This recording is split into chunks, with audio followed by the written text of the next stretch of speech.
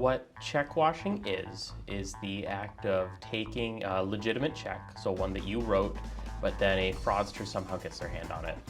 They then use that check that you wrote and they wash out the ink of who it's made out to. Sometimes they wash out the dollar amount as well, and they change those to made out to the fraudster, to a business that they operate or something like that. They can change the dollar amount as well. So what that looks like is once they then get that check, they wash it out, they hope to make it still look legitimate, and then they want to bring it over to another financial institution or with the financial institution that it was drawn off of.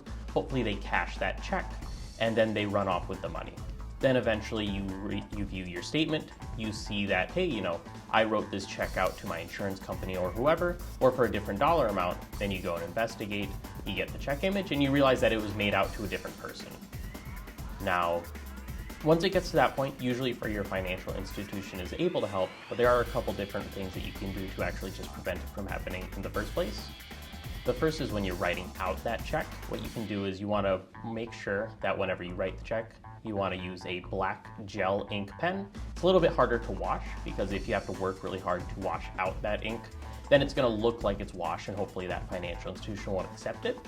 Another thing is instead of just putting your check in the mail overnight, it's not very safe, it's very easy to go into that mailbox and just take from it. Instead, either put it in your mailbox right before the mail person comes or go and drop it off at the post office or one of those blue boxes. If you're doing the blue box as well, again, if you know when they come and check it, put it in right before. It gives fraudsters less opportunity to actually wash that check.